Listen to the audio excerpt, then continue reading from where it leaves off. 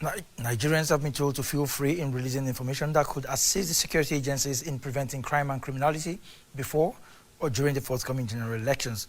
Representative of the Inspector General of Police, Nemiwo, gave the advice at the 2022 edition of Youth Civil Society Organizations and Stakeholders Summit on the destruction of critical national assets in the country during the forthcoming general elections.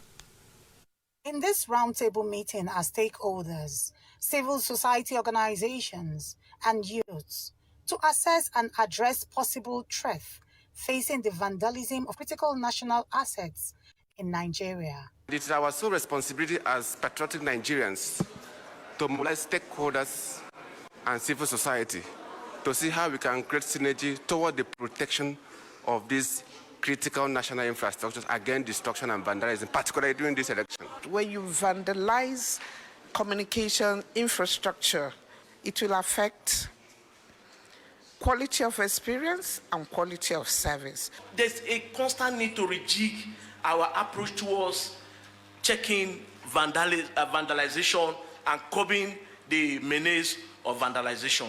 We are always talking about protection of government critical infrastructure, but we are not looking at preservation of government critical infrastructure. I want, at this forum, I want us to begin to think in that direction. They noted that the available infrastructure has helped in the development of Nigeria and urged the youth and politicians not to engage in its destruction. Crime is local. These who vandalize this critical infrastructure, they are part and parcel of the society. They're in our communities, they are brothers, they are sisters, they are friends.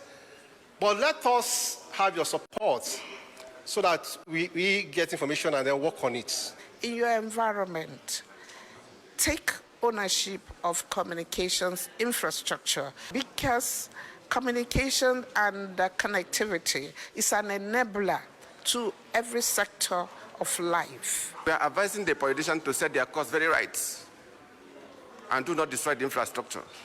Focus on whatever you are facing in election. If you succeed, fine. If you don't succeed, fine.